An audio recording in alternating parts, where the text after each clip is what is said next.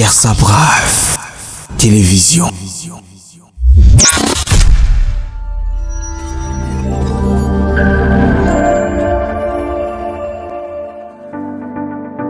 Troisième mouvement arrive, répands-toi. Le troisième mouvement arrive, répands-toi. Bien-aimé, répandez-vous, répandez-vous, répandez-vous. Le troisième mouvement arrive.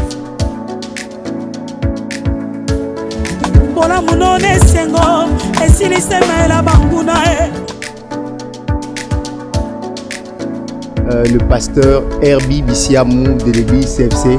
Bonjour pasteur. Bonjour frère.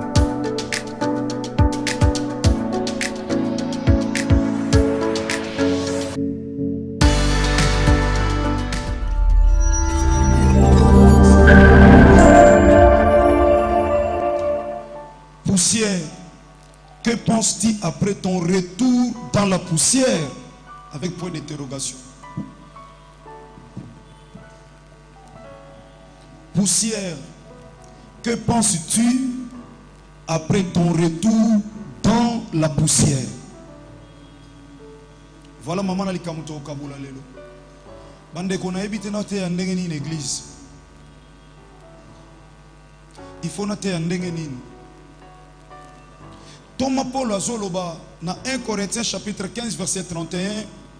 Alobi chaque jour naza exposé na liwa, c'est-à-dire na retour nanga lokola poussière, nazo penser na yango.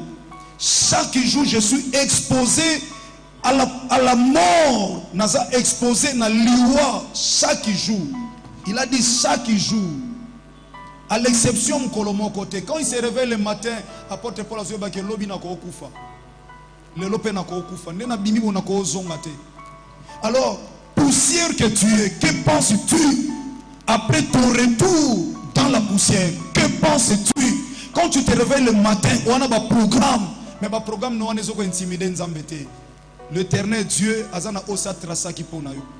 Soka bongsa ki liwe bozwa o lelo e bozwa yo. En dehors ya bonzambe. Si quelqu'un ne marche pas dans la volonté de Dieu, il y a aussi des pièges qui sont réservés dans le monde de ténèbres. Batunyo so ba okufa te ponza me muta permettre ba kufa. Batunyo sauter.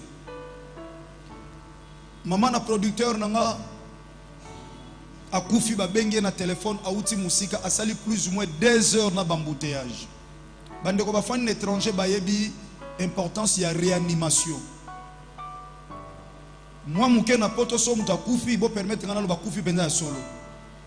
Tant sous. Aye alobi lokwa linga ki maman na bango mingi alobi maman na ya kufite. Abandi ko lela, abandi ko réanimer maman na système ba pompier ba lakisa bino. Bande ko ba na poto tango benga intervention ba pompier va ba ya bazo diriger déjà sala bo lalisa ye bo chaye bo l'état ba ya na intervention. Ba ya okuta muto la kufa mais au réanimer ye tomba ba ya ba continuer service. Et ça na ba formation mais ba sécuriste ba pesaka. Yango église à poto ezalaka il faut bozala na ba sécuriste ba infirmier faut bazala na hôpital. Ndenge tozana ba branche, tozana ba département, au département sécurité, département protocole. De la même manière na église à poto, il faut bozala na branche moya ba infirmier parce que so il est à côté vérifiable ko nyonso. Pourquoi?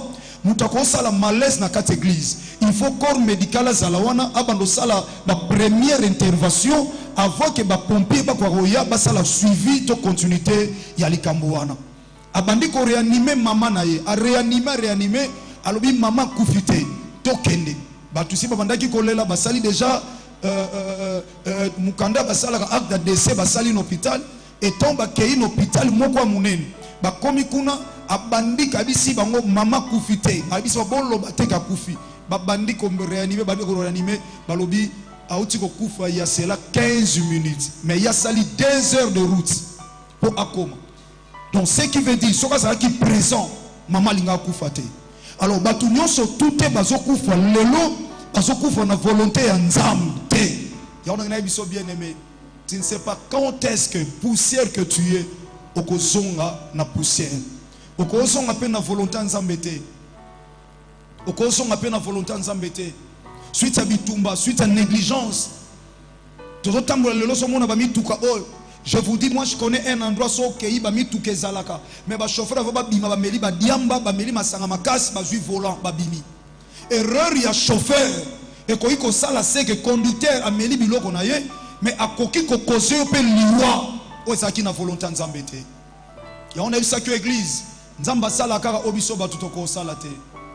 Oyo biso ba tutoko sala nzamba sala ngote. Ne commence tout na comment na bi c'est oui, il est écrit aide-toi le ciel t'aidera. Misunga po nzamba sunga yo. Alors entre parenthèses bien aimé dans le Seigneur, obimi na tongo ozana ba projet oyo sali. Tozana bande kuna kat église, tozana ba projet papa maman. Mais tika na yebisa yo. La Bible dit le projet que forme l'homme dépend de son cœur. Mais la réponse que donne la bouche vient de l'Éternel. Ozo sepelozana ba projet. Mais ozo bosana ko kufa. Lokolo ozo bosana ko kufa, raison pour laquelle jusqu'aujourd'hui il y a ozo traité batu loko abaniama. Omona batu tina te. Mobali no azana valeur te. Moi si na azana valeur te, bana no ba elo côté, ba parents no ba zelo côté. Ceux qui sont autour de toi baza elo côté. Toma Paul azoloba. Nazana esengo alobi chaque jour. Alobi je suis exposé à la mort. Chaque jour je suis exposé à la mort et je l'atteste. Nazana esengo kolobango. Nazana makoki kolobango. Et plus loin à koloba liwa eza gain ponanga. Quand est-ce que loué vous la gain pour nayo? Quand est-ce que loué vous la gain? Quand? Lorsque tant osana bomoy, ozoye banine senge nangana sala pour na préparer sima ya liwa nanga. Ya on a posé question poussière. Que penses-tu de ton retour dans la poussière? Que penses-tu après ton retour dans la poussière? Ozo kansani. Après ton retour na poussière ozo kansani. Apôtre Paul azo vivre. Disciple à Christ. Il a réalisé des grandes choses, mes bien-aimés dans le Seigneur, papas et mamans. A réalisé ma kamoamine koleka disciple à Christ. Mais azo sepela koyebisa batu azo tambwisa. Alors chaque jour je suis exposé à la mort. Na bimi mena ebite so na zonga. Na zoloba mena ebite so na silisa koloba. Na zolia mena ebite so na silisa kolia. Nazo kota na mutuka na fongoli portière na démarrer na simbi volant na yebite soki na kokoma pensez za na koma me kokoma etikali ya nzambe nazo voyager na suis visa oui na sombi billet ya yo komata me kokoma za nzambe osombi biloko sali provision na ndako me bien aimé ko utiliser ngwe komi likambo nzambe osombi ndako sali malamu me kofanda tamula ina ndako wana sali likambo nzambe esa suli kamuna yote. C'est Dieu qui gère nos souffles. Il a dit nous sommes poussière, ton son en la poussière. Dans Genèse chapitre 3 verset 19. Alors c'est de la poussière de ton visage, c'est de la sueur de ton visage que tu mangeras du pain jusqu'à ce que tu retourneras dans la poussière, tu retourneras dans la terre d'où tu as été pris, car tu es poussière et tu retourneras dans la poussière. Toma Paul a saisir makambo oyo naza putulu na ozonga na putulu. Alors chaque jour naza exposé na liwa. Et surtout na ba condition ya mboka tozo vivre. Ba condition tozo vivre. Toza totalement exposé na liwa. Mais pendant que moi na nzambo zo église ozo réfléchir te. Permettre avec beaucoup de respect ya na loboza malheureux. Pendant que tu crois ce que tu es, ce que tu as aussi. Or Bible zo na Luc chapitre 12, presque au titre tanga na verset 15. Yesu masebi se bango bomi pesa te na posa kaka ya kozwa bambongo ya kozana lokoso po ete bomo ya mutu ezo dépendre na bozwi na yete ata za nango ebele ezo dépendre na bozwi na yete. Ozako lupango ebi makambo osala pona ba locataire. Locataire lokolo umela mingi oyebi ndo osate to na ba relation oyebi nino osala pona bailleur. Travailleur oyebi nino osala pona chef pona patron. Patron yo moko oyebi nino osala pona ba travailleur.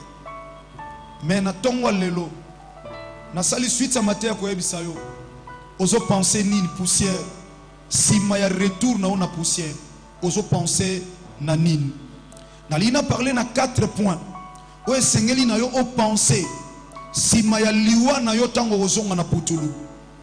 La première des choses bien aimé dans le Seigneur na lobi poussière, que penses-tu après ton retour dans la poussière?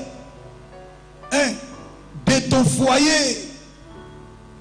Que penses-tu de ton foyer après ton retour dans la poussière? Que penses-tu de ton foyer? Ozo penser ni. Papa okufa moni o sala lelo okufa. Et so okufi lelo tango ozonga na poussière. Ozo penser nini tango za na bomoi po na foyer na o. Obalaki mwasi oboti na ebana. Tango ozo za na mbongo na vie. Ozo penser nini po na foyer na yo. Parce que l'objet koya ozonga na poussière, ça peut être aujourd'hui lelo. Okufa pe lelo. Ngape na okufa lelo. Oyebi mukolo bota maki moyebi mukolo okufa te. Que penses-tu de ton foyer? Ozo penser nini po na foyer na yo après ton retour dans la poussière? Ozo kanisa nini? Aujourd'hui, soy tozo mona tozo benga bana me basino ba ba shege na nzela. Baza bana me babengi bango ba shege. Tozo mona lelo mwana zaki malamu. Lokola tata to baboti en général ba pensa kite que baza poussière ba kozonga na poussière. Ba préparer après retour na bango na mabele nini to lolenge nini bana ba kotikala. Bande ko ba préparer ngote. Lelo mwana komi nomade. Bana bazana habitation fixe te. Mwana kei awa we simbite. Akei awe simbite. Akei awe simbite. Vie ya bane komi compliqué. C'est parce que parents, chers parents, on pensait qu'on vivre éternellement. Comme yo sa o simbambongo na vie. Mais tant souti lelo ma beleza te pour na bana na yo.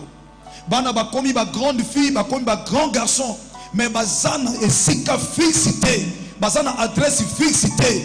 Bana bakoma ko tambusa bango na âge na bango lelo bakoma ki na veni tel na quartier tel lelo bakomi na quartier tel baké na commune tel bana bakomi ba nomade y compris yo moko tata to maman. Pourquoi? Lorsque nzamba tika ki osimba mbongo na vie yo kanisa ki otika la bongo seko na seko. Et aujourd'hui bien aimé soki ozongi na poussière bana no ba otika netani papa bana no ba otika netani aujourd'hui son nzamba zuyo bana no ba otika na vini.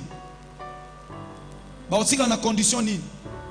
Oui, tant aux ans bon oiseau simba bango malam bazol rentrer scolaire au préparer bango parce que tu as envie.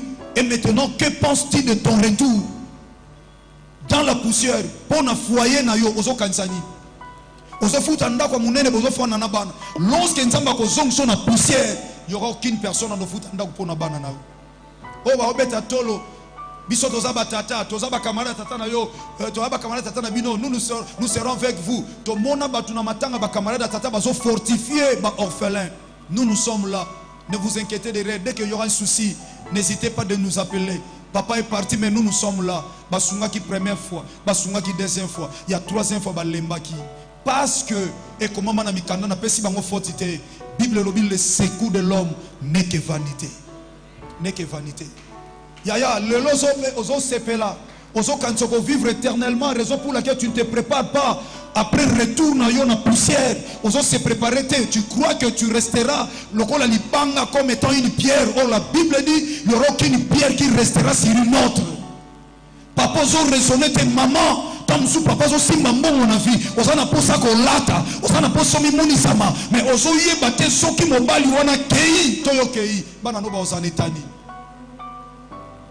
Bana no ba otika la ndenge ni. Plus loin oyebi tamsu famille ya mobali na yo nde bazalaka. Oyebi famille na yo moko mwasi nde bazalaka. Mais ozo penser nini soso na poussière pona ba mpata ba to afanda ki na lola nzambe pesanga bana. Obali oboti bana. Bana ona ba otika la ndenge ni. Lelo misu ba komi bandoki me bazaki bandoki te. Bana misu lelo ba komi ba impoli bazaki ben polité. Caprice ya mwana na absence ya parents et komi tétitesse. Mais moi, je suis tétité. Quand on a la caprice, c'est pas papa, je ne vais pas manger ça. Non, je refuse. Papa, zolo, bana, maman. Yo pe ba caprice na we leki. Mais mon kolo papa, ozo na poussière. Tant que maman tikali, oza incapable. Muta oboko la bino bana. Alo bangana boko la bana teti boete. Soko meki na obeta, oso za teti. Oko liande bande ko baolia. Soki te landa maman na oto papa na ona cimetière. Mwana na ozo maloba, oba yebisa ete. Oh, poussière, que penses-tu? Que penses-tu après ton retour dans la poussière? Bana no ba otika la ndenge nini. Bananayo, je parle de tes enfants. Banano ba otika na ndenge nini. Basali na nzambe un jour tokufa, tozana bangate bayaya. Un jour bana oto obota to penser nini pona bango. Lobiso biso tozate. Lobiso biso tozate.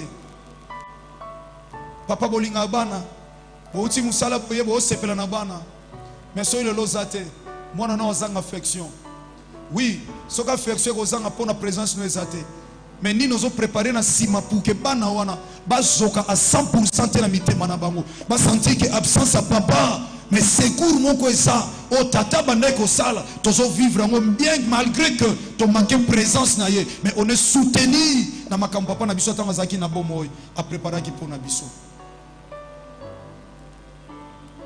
Poussière, que penses-tu de ton foyer après ton retour dans la poussière? So kufi le loba na no ba otika netani. Tant mususu esa la honte. Papa na bangwa simba mbongo na vie. Metala bana nde ba hotelinga na mwana nani? Mwana kingandi. Ah, mais yepe tata na bangwa zela ki aventurier, yemta simba mbongo bana bakoza na état oyo. Oso kufi. Mena sima batu ba ochola yo. Batu ba oseka yo. Yaya, que penses-tu? Okoza en étranger. Olobi oui, bana baza soutenir. Na ebité so na l'état, je ne sais pas ba autant école ba classe bien. Mais tam so tika bana na Congo. Otika bana na Congo, za na mwana na Congo, za na mwana na Afrique. Bien aimé dans le Seigneur, mais toi tu t'occupes seulement na bana oza na bango na étranger. Mais ozobo sana ke o tika na Afrique eza makila na yo. Eza makila na yo. Que penses-tu de ton retour? Après ton retour dans la poussière que tu es.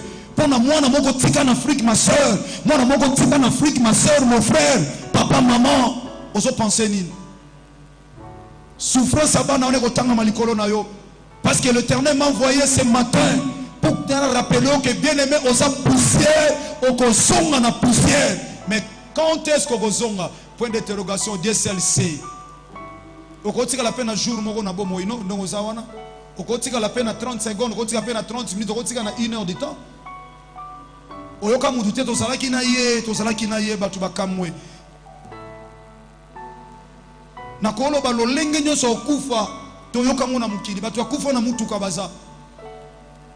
Ndeka uti mboka musazo ke mboka musu na kati ya bisa kufa toyoka yango.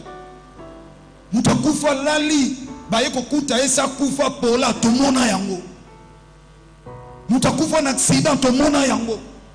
Mutazoke na nzela akwei bamemi na hôpital balobi esa kufa ki tomona yango. Mutasali crise bamemi mbango na hôpital balobi boye na mutakufa tomona yango.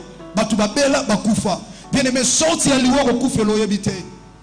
Tamsio kanisa na robela mais tamsio kufa mort moko sibit. Lokolo kufa mort moko sibit. Ozo prévenir nini? Parce que yebi ndengo kufa latin. Oyebi ndengo kufa latin. Mot de tête c'est boma mutu. Linu eboma mutu. Sorti ni maladie eboma mutu te. Mutaza malamba bwa keli est malade asali 3 jours. Mbaso ngwe sali kaka 3 jours mais akufi kaka. Problème est ça ko kufa. Mbaso n'a rien à voir. Problème est ça que poussière ozongi na poussière. O pensa ki nini tango saki na bomoy pour na bana. Bana no ba okola kitoko e papa. Batu ba sepela na bango. Foyer moko penza efanda malamu. Bana no batambola te lokwa bana batu mususu. Bana no très poli batanga bien respect batu nyonso basepelaka o encadraka bana malam mais na tuni motuna yaya après ton retour dans la poussière que penses-tu de ton foyer? Maman ozo penser ni ozo kenina mobali kaka loyenge mama loyenge soki mobali lelo akufi to yo kufi lelo mobali o kozwa oyebi soka kolinga yo na bana soki ozwa mobali te. Est-ce que okoboko la bana ona yo moko na condition mobali no kotikela yo? Maman Fanny, 2 Rois chapitre 4 verset 1er. Rapidement s'il vous plaît. 2 Rois chapitre 4 verset 1er.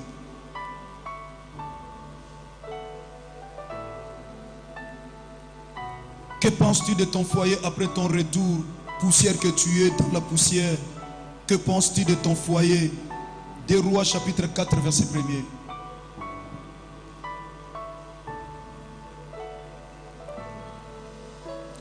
Yayatos à la mwamba s'il vous plaît. S'il vous plaît.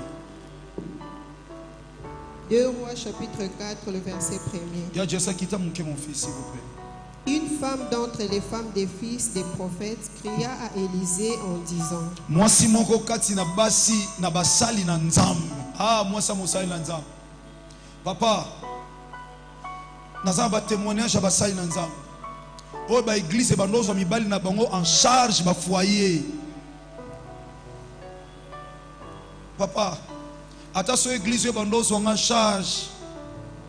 So ilelo naza na bomo ite. Il n'y a pas d'icité. Tous en akatsa ba communauté. La personne où a ko remplacer nga ba charge au bando soit pas nanga et comme pas naïe. C'est clair et net. Il n'y a pas d'icité parce que yé personne na ba charge. Tant wazo kamba azana ba droit na yé bande konangai. Bible lobi mwasi ya mosali na nzambe. Un homme de Dieu ou bande ko marcher na crainte ya nzambe. Il a réalisé un bon travail. Mais aïba gite mukolo moko okufa pour se préparer pas bon sa foyer nae. Musala nzamba lela bongo yo papa bongo yo mama. Musala nzambe akenda préparer foyer te. Yoka Bible lobi monko ya basi kati na basi na basali na nzambe. Akepa Élisée alobi ni yafani. Ton serviteur mon mari est mort. Musala na nzambe na yelo kwa na yepa papa landu. Mwasi na nga yesima ya liwa na nga. Papa landu mobali na ngai azaki mosali na yo. Vas-y ma soeur. Et tu sais que ton serviteur craignait l'Éternel. Oyebi mosali na yo abandai ko banga nzambe mobali na nga mwasi na ngai liboso na yo mobali na nga bando banga nzambe oyebi asaleli nzambe bien na CFC asaleli malamu tala makambo nzambe réaliser na nzela na ye oyebi atambuli bien na nzambe. Or le créancier est venu pour me prendre mes 2 enfants. Nzoka famille na biso foyer na biso ezaki na mwa pasi. Mobali na nga kota imwa ba nyongo poto futa ndako. Akote mwa ba nyongo poto lia. Akote mwa ba nyongo po bana bazonga classe. Mais sikoyo akokai ko futa ngote. Tango akokai ko futa te. Esala seke liwa eye ndenge ye li Bible lobite. Soka kufaki na mort subite on ne sait pas. Soka kufaki lolenge nini mosali na nzambe oto yebite. Bible lobi seulement mosali na nzambe azobanga nzambe. Yaya tozobanga nzambe okufa. Okufa liwa ezali kambo crainte nzambe te. Soki to obanga nzambe potebi même si la mort arrive aujourd'hui. Tant on les kana jugement, ce sont que nos œuvres ne ko témoigner biso liboso na nzambe. Mais liwa ezeli lokote pa na nzambe. Nzoto ez enveloppe va bien aimé dans le Seigneur. Quand on envoie une lettre, aux en apose enveloppe te.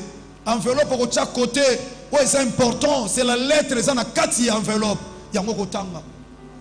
Quand on somba boîte de conserve, il y a somba chango libando somba te.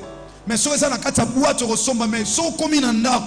Et loko ekamsanga ozwa boîte wana o jeter na poubelle, o utiliser kaka contenu et loko eza na kati. Mais pourquoi olinga ki fait na emballé? Oui, de la même manière avec banzoto na biso. Nzoto yo bien aimé enveloppe. L'Éternel n'a pas besoin de ça. Nzamba ko permettre lelo qui que vous soyez alongola nzoto oyo mais atala âme na yo sokeza malamu en fait que jour moko ya jugement ozala sauver pour une éternité. Nzoto e bank sa nzambe te boko lela tolinga ke minga kufi ezo bank sa nzambe te parce qu'il y a des hommes de puissants bakenda, il y a des politiciens puissants bakenda dans le domaine nyonso des hommes d'affaires puissants bakenda et l'Éternel n'a pas peur. Ya kolongola nzoto oyo longola nzoto oyo kende azobanga ngote ya yo okufa nga pe na okufa. Mais tu ne sais pas quand est-ce qu'on okufa. Et après tant ozonga na poussière, que penses-tu de ton foyer après ton retour dans la poussière que tu es? Ndenge ndeko kufeli to yebite papa pi to yebite mais moi ça y est pas mosali na nzambe papa landu mobali na ngasali nzambe makam mais atiki biso na banyongo à d'autres termes tant azaki na bomoi ndenga osela nzambe ndenga azaki mwana nzambe ndenga bandozo bambongo na vie akaniseka bandozo aka ndengwana akaniseka bandozo aka ndengwana akaniseka ndengwana tosoma mwandaku tosoma na biso ngana lingi na ngate na soma ndaku place na lingi za mo place moko na niveau na ngeza la mo commune moko ya likolo mais commune ngwa likolo zo somba te liweye bana batikali sans abri bana batikali sans provision bana batikali sans assurance ya vie ba classe katani batanga une école bien nana kozwa charge en foot ba frère cher wana nana kozwa charge ya comportement ya bana na yo parce que tellement ba mayele belé bato comme sou baza moins que bango bako supporter mayele na bango te bana bakomi na kati ya vie très compliquée. Cette femme alobi mutu anyongwaye mutu moko anyongwaye ayeko sani ya fani. Or le créancier est venu pour prendre mes 2 enfants. Aye kolalisama na mibeko ya mboka. Soki mutu ana nyongo na ozo kofuta te fo kanga ye bana bakoma ba esclave bakoma ba umbu mosala nzambe basali na nzambe soto se préparer te bana bakoma ba esclave après liwana biso. Vous connaissez les enfants des hommes de Dieu qui souffrent actuellement basali na nzambe bosa boyebi.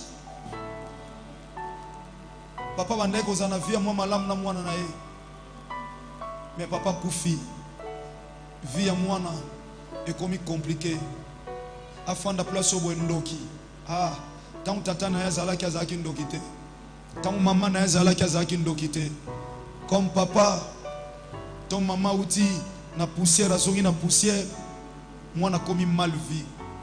Un jour nazotanga publication ya mwana moko akufela moboti azalaki bien a publier tata na bango a commis biloko moko. J'ai eu des larmes. Dadi na tinde la yo, n'est-ce pas? Ya na leli. Na milobi poussière. Nazo penser nini pour na bana nanga. Nazo penser nini. Alobi lelo na osibi ba châtiment parce que papa yo kenda. Lelo na komi on a commis humilié parce que papa kenda. Bien aimé, moi na publié a te photo tata na ye. A commis ma kambona se. Alobi lelo na komi sans abri. Parce que papa ozalité, j'ai eu des larmes. Le rôle dadi aeba qui na tindeli dadi. Na bidadi tala makambo, j'ai pleuré. Soe comme la kinde ko wana e comme la bana na yo. Pendant que bien mozo kanisa ozali bango kotika la likola libanga. Bana ba otika lo souffrir na sena moi. Moi nazolela. Il a écrit des choses terribles, mutema nange saigné.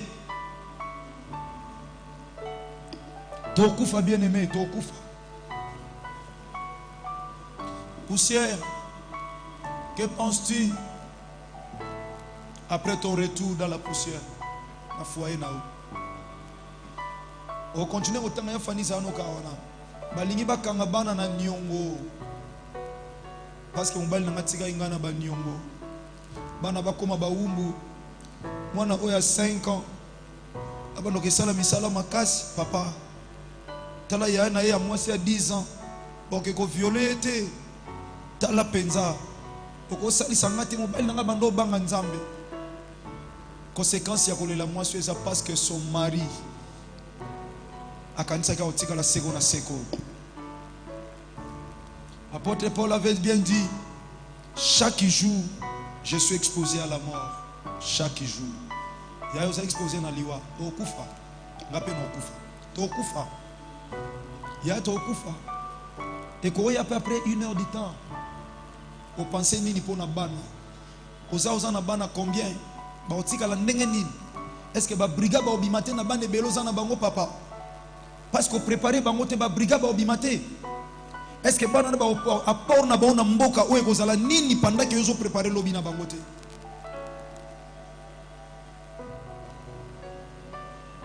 Papa nanga va kufa lobi, ayebisi maman nanga za aw. C'est vrai que bande kone ba tosa ki ngote. Alobi na tiki bino ne sika moko na lopango na bino awa. Lopango yo botika la wana na panzi bino te na sangisi bino. Ata bo kende partout mais awe tika la référence na bino. Adresse na bino bobotami bokoli awa. C'est vrai que tata leki na biso asepela ki ateka lopango wana. Akanisa ye pas éternel, à revivre éternellement. Azonga na mabele. Et là, que penses-tu de ton foyer? Papa, ozo kansani pona bana no linga mingi so lelo zambo moite. So kufi lelo. Bana na ba continuer classe. So kufi lelo. Avenir la bana ne kozala sire. Na bengi ndeko mona zo ebisai. Na bi papa. Ko préparer lobi ya bana senga toza na bambongo ebele. Écoutez. Na ebisi ndeko na lobi boy. Dans le Bible, par exemple, aux 8 décisions, au boti moi no bandi visika ba nouveau marié. Même bandeko si obala kalboko ki pe ko luka ko yeba ko zong sa compter à zéro ko sala quelque chose. Quelqu'un où a se décidé à lobby par mois. Tant boti moi na ye à lobby à sa économie à moi na banque à tchaka $10 par mois s'il vous plaît, par mois. Par mois. Par mois, s'il vous plaît. Achaka $10. Ce qui veut dire, dans une année, à na $120, n'est-ce pas? Si ce qui moi na azana une année, absalé pendant une année 120, on multiplie en fois 18. Moi na commis à 18 ans. Il y a réfléchi. Moi na so commis à 18 ans. Beta 120 fois 18. Moi na on a 18 ans. À cause ça va faire soit comme il a 18 ans, bande obeta calcul rapide, 120 fois 18 ça fait combien? 120 fois 18. La Bible dit celui qui ne réfléchit pas si la chose court à sa perte. Rapidement. Et ça lit combien papa? Pardon? Combien? 2000 combien?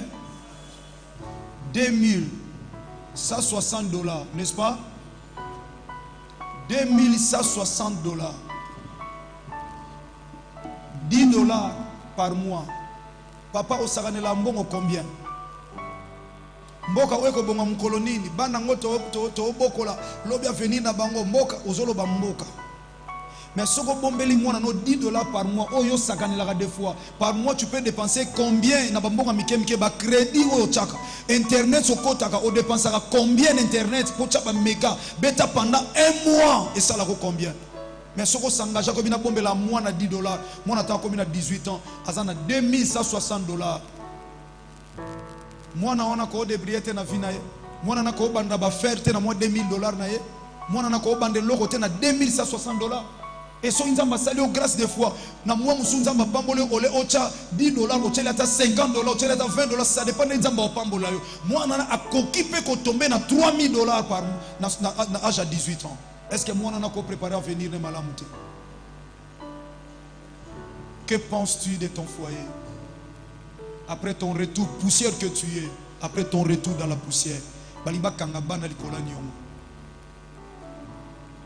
Batuna lisute de bando tuna na kala mukile komi mabe makasi na tangu na kala so bake kunde bembe ba mikolo ba yebi nana zana nyongo na ye pays azana nyongo ya mais lelo bazo tuna te pourquoi? Parce que famille boyi ba charge so ba tuni batu ba obima ngazana nyongo na ngai bana ba otika la ba malheureux maman kufi atiki ba nyongo papa kufi atiki ba nyongo. Poussière que tu es, que penses-tu après ton retour dans la poussière? Et lo kwa liboso yeba chaque jour oza exposé na liwa yami balé. Que penses-tu de ta famille? Ozo kansani pour na famille wana bandeko wana papa ta musoza na mama ozana bandeko so papa zate mama zate je ne sais pas moi mais ozana bandeko soki yo lo kufi na renommé na identité na leader la famille oyo zali o bachela mutema. Soko kufi otika famille na on état nini awa osa la blague jusqu'aujourd'hui. Tu as la grâce de Dieu mais tu ne veux pas maîtriser cette grâce. Oh lelo famille so mona ke moi mutu na famille so kende moi yeyo mais so lelo kufi. Que penses-tu de ta famille? Famille etika la ndengeni. Famille etika la ndengeni. Na ebi sinde ko moko un jour na lobi ba yaya. Nzamba sala na nzela batu. Na ebi ba mama msul lelo ba o souffrir. Pourquoi? Parce que moi na ye moko azaki lokola lis moi na musala ba chela e poison kufa. Maman zalaki heureuse mais maman comme malheureuse. Si tout na question si moi na kufi bongo nzamba zate poza secours maman wana te nzamba sala na nzela batu apesi yo mutu na famille protéger mutu wana mala parce que nzamba osala kana canal ya eloko to ya mutu ya sepeli. Et ça n'a pas tout sous na vie soko négliger vie non mais comme compliqué. Ce qu'on néglige au kokelibo sote musu yosa na yo penza na lobi bandeko yosa lokola bandeko bapoto osa lokola tram osa lokola tre ya sika okoka na nyonso osa penza ya sika basombi sika mais osa na posa rai ezoka ba moye ezoka ba mvula et qu'on peut rouiller mais et peut ça accès na très tôt na trame à l'écart au cause la oza mozana posa rai siko yo rai ya famille o famille sengele leka yo rai ya famille o sengeli bande ko babinisa mwa mutu bande ko basa la peine moi référence basa na moi honneur parce que yana ba moi salaka o ya touchaka moi un peu de rien et ça yo maintenant yo ozana kati ya komona lokwa ozalaka bongo seko na seko o prometaka que penses-tu de ta famille poussière après ton retour dans la poussière? Que penses-tu poussière pour la famille na pour la famille na yo bande ko no ya basi na mibali ba parents na yo ozo penser nini pour na bango a ozo promettre bango so le lokufi ba otika na position ni a ozo promettre bango maman ozo promettre bango espoir na bango oui bazana confiance en Nzambe mais Nzamba sala ke yonde ko na bango mwasi ozala okoyiko zala wana tout le temps o prometaka bango parce que yoza mettre souffle na yo na ko sale la bino lobi na ko sale la bino na ko sale la bino soki liwe surprendre yo lelo bande ko no ba otika la ndenge ni papa bande ko no ba otika la ndenge ni ba mona mama na yo tata na yo bande ko na yo basaki malamu tan yo salaki na bomoy mais lelo kufi ba moni bande ko no ba komi ba malheureux c'est de la honte après ta mort. Que penses-tu de ton retour? Que penses-tu après ton retour dans la poussière que tu es? Ozo kansanine pour la famille na yo. C'est de la honte. Si maliwa na yo famille tikali malheureuse pendant que yo za na possibilité au koptia ba socle moko débrouiller alukande na koki ko s'en sortir ozana ba relation ozana ba moyen possible ozana mwelo ka mukeko ko pesa oyo débrouiller yo sala boye mais tu ne le fais pas ozosana ba besoin na yo oui ba besoin na yo aussi la terre et aussi la terre mais après ta mort.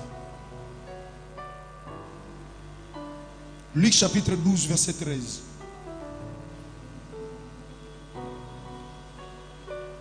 Tata kufi atiki désordre na kati ya famille na bango bande koni ba komo wela biloko endeni ba ko kabola ba wela biloko pourquoi tata tango zayi na bomoy akanisa kia vivre seko na seko bande ko oyebi mundele a préparaka nyonso po yeba kia okufa et biso ba africain to salaka so mutazo se préparer pour na liwa olobi yo penza wana oya ko benda liwa te chaque jour toza exposé na liwa na ba condition ya mboka ba condition to vivre en Afrique toza exposé na liwa tozo respirer l'air moko eza pollué tozo fana ba bisika oyo muta opelisa moto na moi era lingi au tumba biloko era lingi muta osala oyo lingi tozo fanda là où il y a des ordures tozo vivre là où il y a des moustiques tozo vivre na bisika ba condition ezo ko exposer biso pene ya liwa chaque jour.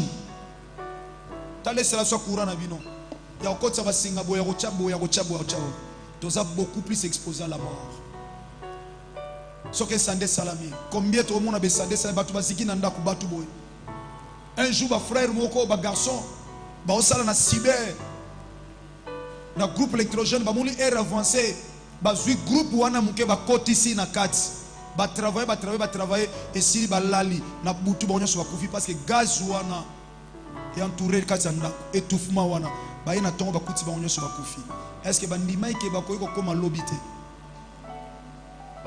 il y a un garçon qui kufa na 7 moto zo pela zo luka moya ko bima zo kokate azo ganga bato azo kokate bato ba yetar amatili kolo pa bima kokite force silie milingi envahir ndako amitika kwei tia kufi aziki akufi na 7. Que penses-tu de ta famille? Otika trouble dans la famille parce que quand on libanga ya toke maman. Luc chapitre 12 le verset 13. Quelqu'un dit à Jésus. Mutu moko ayeko yebisa Yesu Masia Nazareth viva conflit bazana na famille après liwa ya tata na bango. Du milieu de la foule. Akepa Yesu Masia so ko yokle mawakata makamba famille na bango na milieu ya foule. Maître. Alobi maître. Dis à mon frère de partager avec moi notre héritage. Yebisa frère nanga kabule longo nanga héritage tata tikela biso. Pourquoi? Parce que tata tango zaki na bomoy ayeba ko kabula te. Akufi atiki trouble. Bien aimé après liwa na yo tango zonga poussière otika ni na famille otika trouble. Mundela loba oya mbana oya kingani oya mwana boy soki asala ki partage ndeko alinga luka Christ était so luki Christ c'est que batu basuki bazo kokata likambote aye pas Christ na full Seigneur yebisa ndeko na pesa nga pe para héritage na po tata na biso atikela biso ka biloko kana désordre a préparer biso te to kabula ka ndambu wana Christ ayebisi ye yeba eloko mo ke ngai naza juge te pona kabula biloko na bino tata na bino azaki na makoki ye moko ya ko préparer bino parce qu'il fallait yeba que azal putulu un jour ozonga na putulu mais le la comprendre gité yango tiki bino na désordre bien aimé après kozonga na poussière ni na otika na famille na kimia to désordre na famille.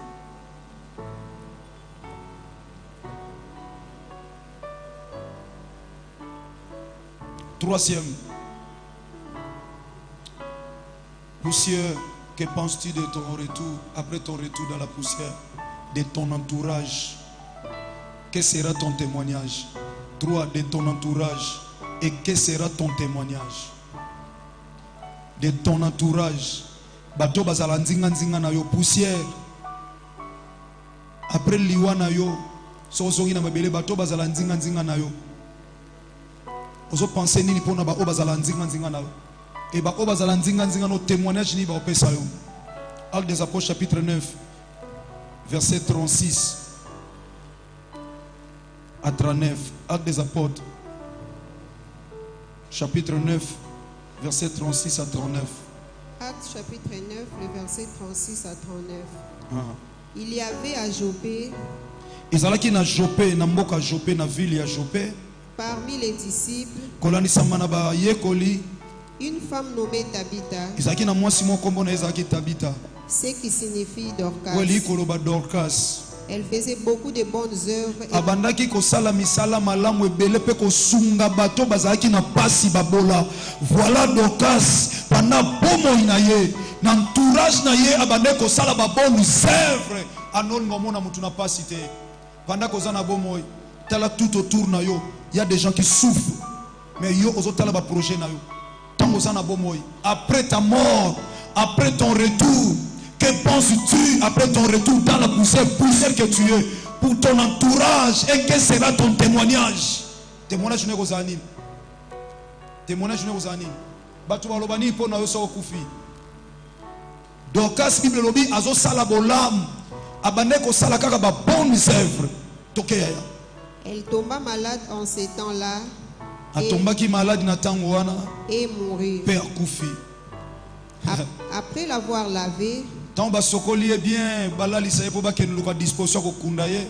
on la déposa dans une chambre haute. Bakoti ici na chambre ya likolo sakufi Dorcas sakufi poussière azozunga na poussière.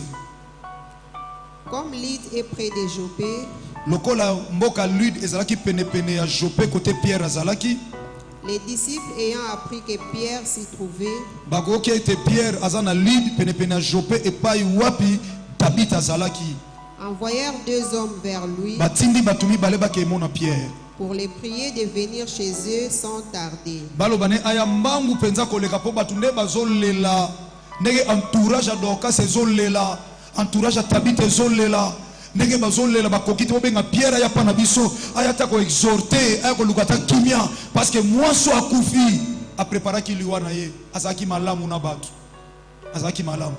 Pierre s'éleva Petelo Pierre aye atelemi et partit avec ses hommes. pe akeye longo na batu na ye. Lorsqu'il fut arrivé, Tango akomi on les conduit dans la chambre haute. bamemi matisi na likolo na chambre place balalisaki Tabitha. Toutes les veuves l'entourèrent en pleurant. Baveuve nyonso bantouré ye bantouré Pierre akuti baveuve bantouré mama Tabitha baolela ya muko yo kufa batu baloba nini osala nzambe muko kufa batu baloba nini pona entourage na yo nini ya malamu ba bonnes œuvres osali tout autour ya bandeko baza tout autour na yo mosala nzambe bato baza tout autour na yo tes collaborateurs tango osonga na poussière après ton retour qu'est-ce que ba collaborateur na yo ba koloba ba collaborateur soki bozongi avant leader a koloba nini pona départ no est-ce qu'ako regretter mokambi fidèle. Si maliwa na yo, est-ce que pasteur na yo ko regretter? Si maliwa na yo, est-ce que pas nos okamba ba ko regretter? Est-ce que entourage na yo ko regretter? Est-ce que ça na batu ba ko lela to batu ba ko sepela? Et ça na batu ba ko ba sentir ba komi délivré ou bien batu ba comprendre que ba komi na danger pour na absence na yo? Est-ce que présence na yo est ça importante na milieu ozalaka? Est-ce que batu ba sepela tangu yo yaka? Yaya sosola. Donc ça koufi na ye. Mais ba maman veut m'entourer. Merci à Fanny, tu continues après m'entourer. Moko simbi uniforme. Ah nzambe. Et là-bas, oh yem ta song. Ça qui pona moi na nga songa classe. Nzambe kanisa ta moi na nga oh soka zo diplôme po yem ko futela ke ba frère. Nzambe kanisa mama oh. Soki na ndaku na nga tozolia ça parce que yem ta sunga biso. Soki na koma boye na ville lelo eza pona ye. Soki lelo na mona ni mutu na miso abatu Seigneur souviens-toi de moi. Kanisa mama oyo ata pona nga kanisa mama oyo. Moko na moko zolela avec ma preuve. Musosa zo baluka na se azolo Seigneur sotiki mama oyo akende. Eza pasi soki ngai natanga kelasi za mwa mutu lelo eza mama oyo. Eza na batu bakolo babongo pona yo. Papa. Mama ezana batu bakobeta tolo babiso to koma boye lelo esa po nzamba sala na nzela na ye. Est-ce que ça mutu bakotele mabalo ba soki lelo na za ona zeza po na ye? Est-ce que bakolo ba non ndengwana? Poussière, que penses-tu après ton retour dans la poussière de ton entourage? Et que sera ton témoignage après ton retour dans la poussière? Que sera ton témoignage? Entourage na yo. Ndeko monga osana compagnie munene. Na compagnie wana ba Américain pe bazalaki ba Américain balinga nzambe mwa mingi. Ba Américain ba alaki. Bazo financer entreprise wana yazo gérer finance. Après quelques temps ba longolie musala. Tant ba longolie musala ba Américain ba comprendre ba congolais nyonso bazaki wana ba osala fête. Ba osala fête azaki musala nzambe. Ba osala fête. Mutaye na musala bo ebisi directeur tali ya longwe. Abimia ke na magasin asombi champagne asombi vin ayeba fongoli pour bato ba sepela ba sali fête pour moi na nzambe ba longoli na poste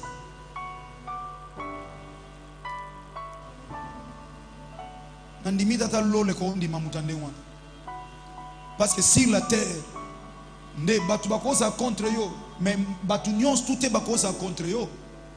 Oui, ils te feront la guerre. Mais ce n'est pas tout le monde qui va se péler na pasi na yo. Liwa na yo so batu bazo se péler na ngo bien aimé dans le Seigneur. Et so ko annoncer déjà si kozo kende. Si kozo kende. Et si kozo kende. Ça annonce là où tu seras prêt à mort lors du jugement. Christ reviendra dans sa gloire pour juger le monde. Ça annonce déjà là où tu iras au Kenen enfer. Parce que le monde des autres témoigner ba sepeli na liwano pour omemi batu vidi, omene batu vidi, o compliquer batu ba vie. Donc quand si batu bazo lela. Et Bible lobby, nazamu na posa résurrection na été. Mais Bible lobby à cause de ba bonnes œuvres. Azongi na bomo. Yaya batu ba lobani mkoyo kufa. Sur la terre des humains, maman l'aura chanté. Moi je suis qu'un pèlerin. Un jour, je me demande si j'ai bien vécu parmi les hommes, si je suis fidèle à la mission que Dieu m'a confiée. Si je suis fidèle. Le jour de mon retour ou le jour de mon départ, qu'est-ce que les gens diront de moi?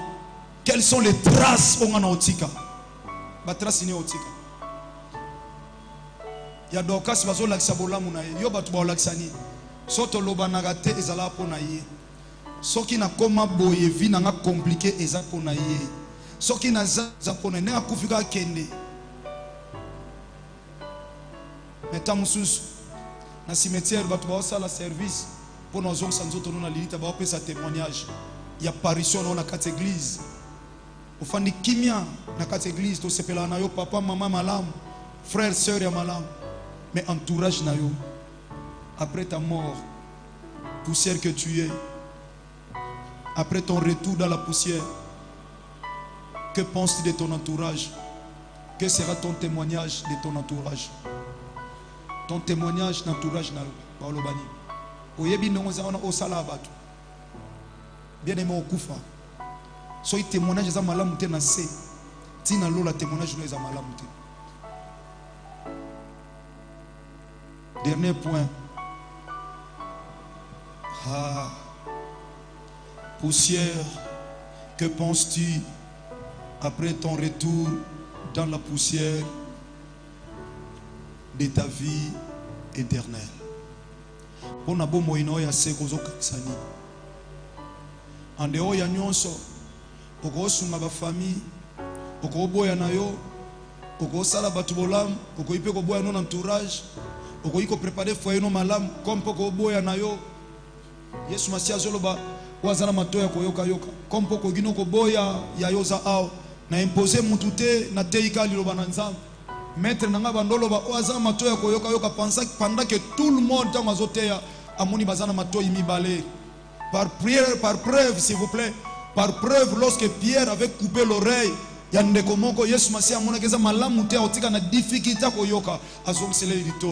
était aussi capable na bateau bazaki wana so bazana litoite akwa kopesa bango matoi po bayoka, mais il savait que chacun avait ses deux oreilles et nasuka alobi que celui qui a des oreilles pour attendre qu'il attende.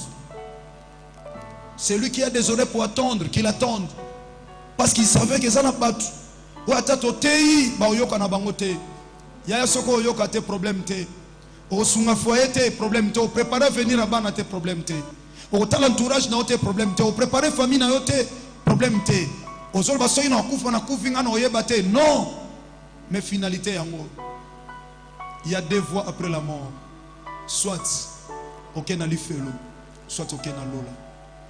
Soko raté lola l'ifelo ratango te okotango sans condition. Et on a toute une question poussière. Que penses-tu après ton retour dans la poussière de ta vie éternelle? Christ a réservé pour toi une vie éternelle après cette vie où tu vas vivre sur la terre. Où est-ce limité? Où tu vas pèlerin? Il y a une autre vie. C'est la vie éternelle. Que penses-tu de la vie éternelle? Que penses-tu?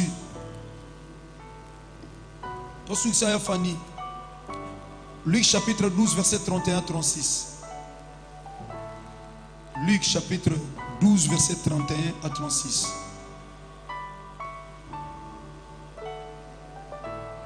Le verset 31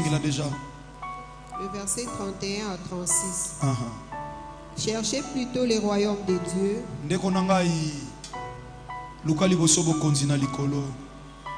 Les bandeli Bible lobi bomo ya mutu ezate bomi pesa te oboma mutu pozwa mbongo okota bonganga po tombwama osala o eza libanda ya volonté nzambe po ozwa renommé osala kindumba pozwa mbongo otanga classe ofuta ndako parce que tu es une femme seule osala ozo sala wana tout ce que tu sens bien aimé dans le Seigneur, que c'est une vie de péché. Oh yo yebi o sale.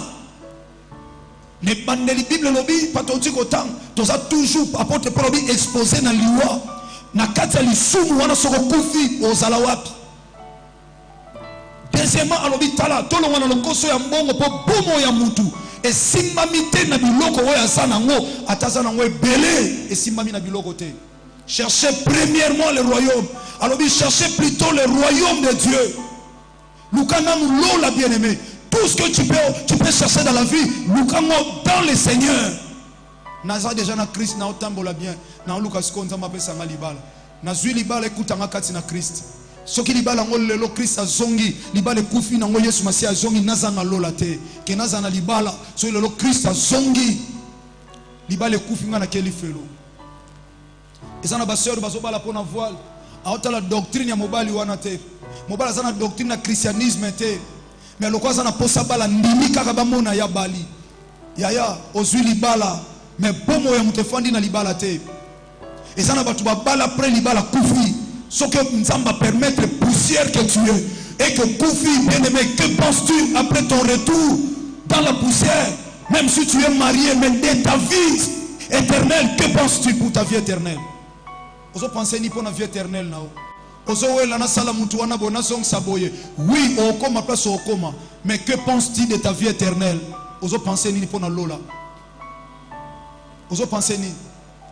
Ozo penser ni papa pour na lola. Ozotala biloka muki, la vie d'un homme ne dépend pas de ses biens. Même si azana ngona kata abondance, mais eso dépendre na yangote. Raison pour laquelle ezana batu bana bozu ba kufi mobola moko tilo la tikali. Mutu mo azotambola na nzela mandia azaka na bomoy. Fu moko na nzela azana bomoy. Mais fu wana azana rapport nini na muta bomengo wa atiki bandako, atiki mituka, atiki nyonso. Bomo ya mutu ezana biloko oyo azana ngote. Okufa na biloko wana etika. Okufa. Ya uza poussière, ozonga na poussière. Ndeko za étranger ozonga na poussière. Ndeko moko ndeko na kufi na poto atuninga. Siko basana nini pona mukanda ndeko mabi ba retira ngo na ebite. Atoza na mukanda na fanda tranquille na mboka ona a problème te. Oui aya batu batika mukanda baza. O eza peut-être mukanda ya libela nationalité. Batu batika mukanda ya libela baza.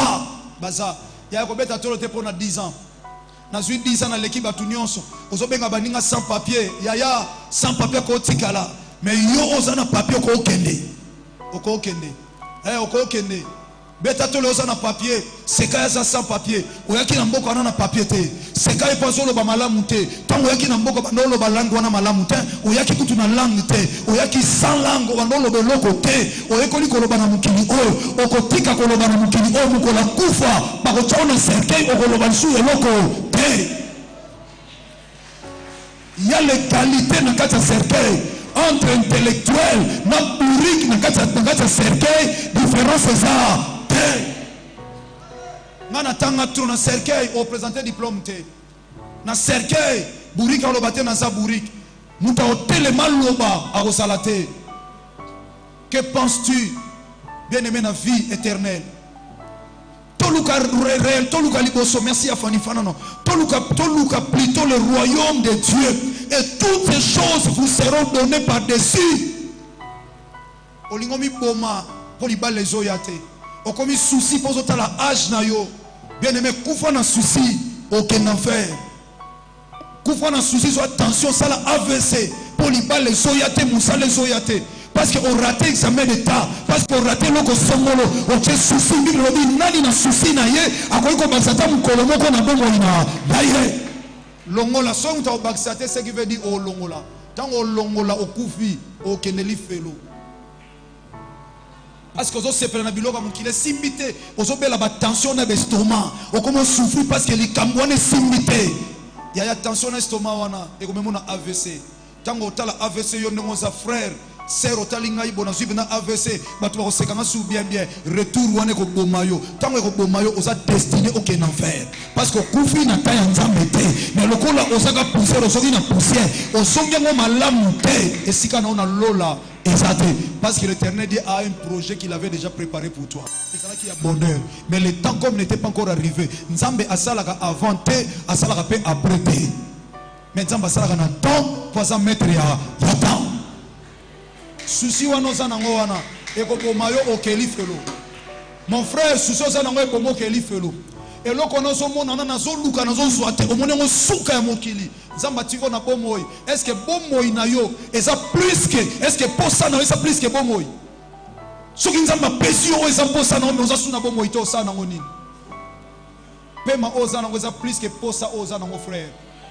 Eza plus que posa oza na. Son nzamba mona kosa incapable. Osa su osa inutile. Nzamba linganga joyeux alongola yo mais atika mutaza utile atika na bomoy. Mais soka zo tiko na bomoy parce que na miso ya batu ozo mona oza incapable. Na miso ya nzambe nzamba zo mona oza capable. Dans verset 32 alobi ne crains point petit troupeau.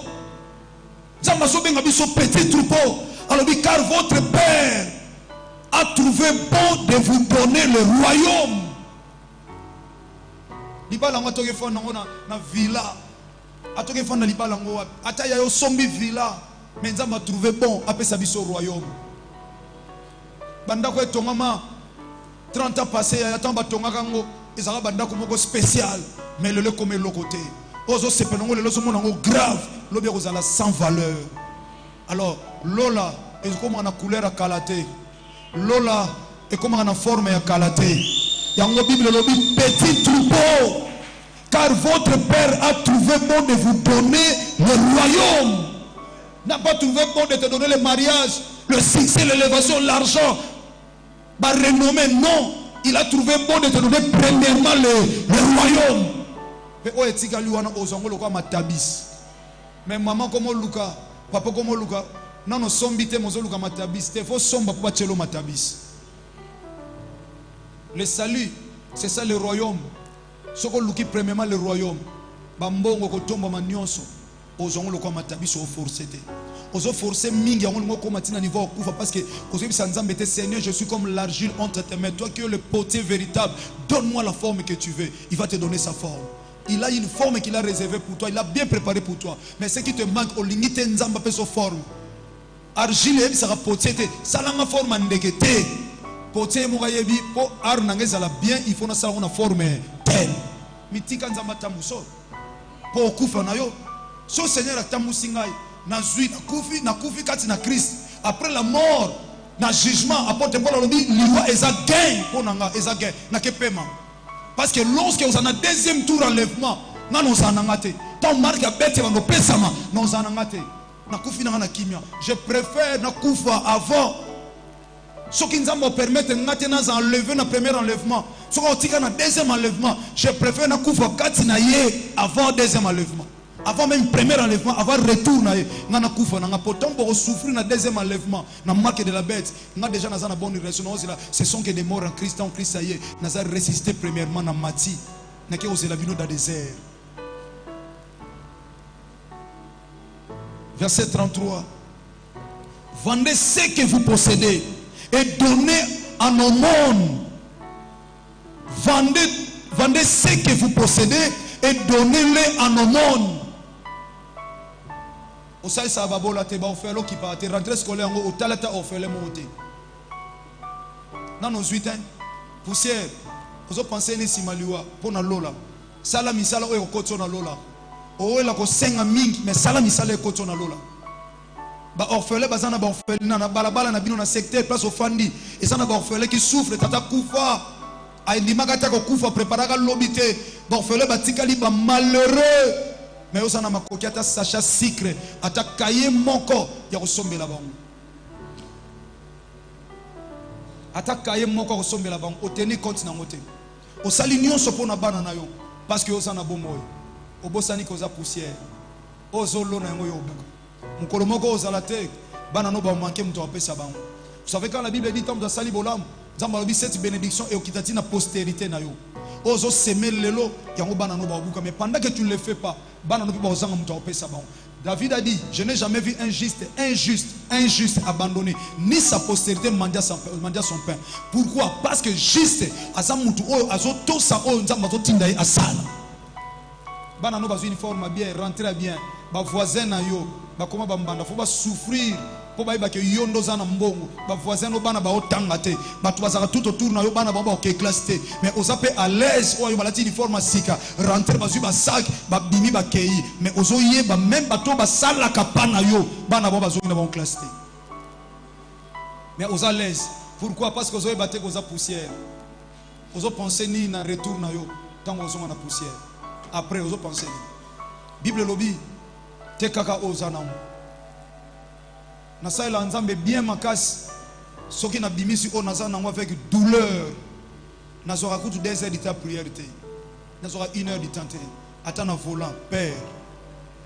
Nasali otinda ngana sala. Souviens-toi de moi. Mais yo kene mangengenge, oke luzizi, oke kulela, zamba otuna yo kaka.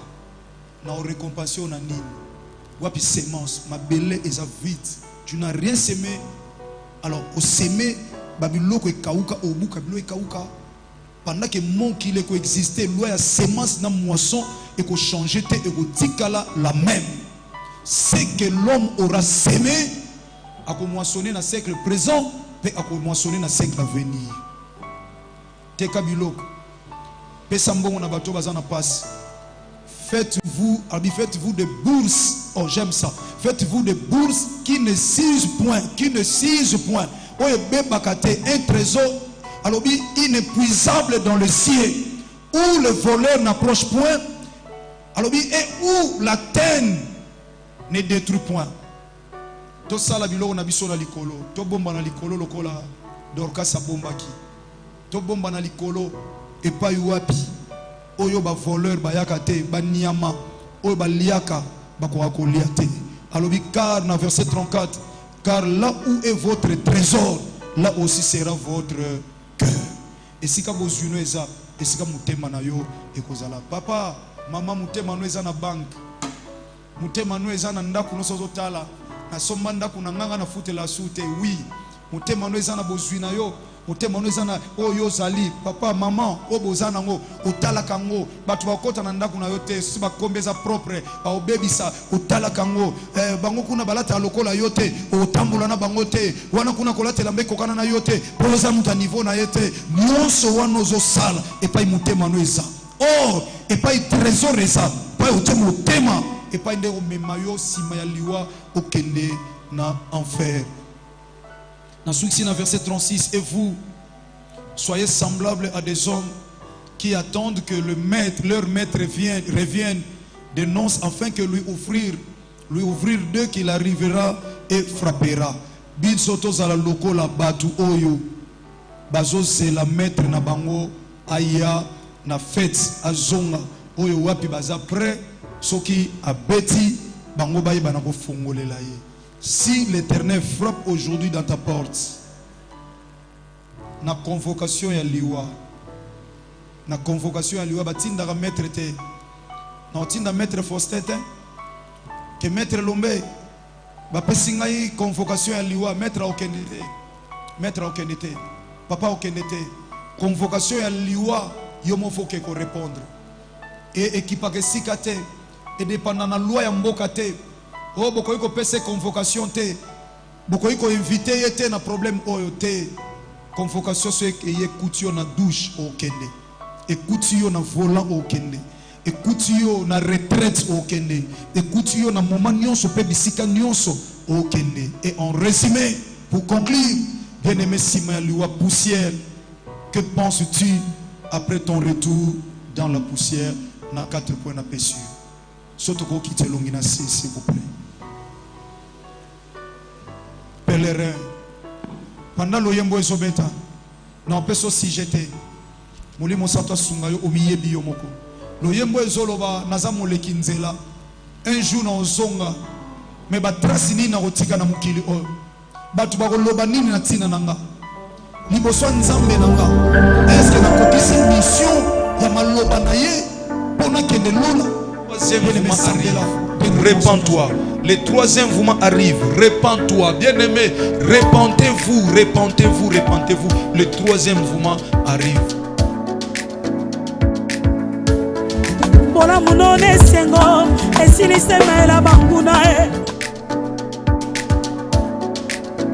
Le pasteur Herbie Bissiamou de l'église CFC.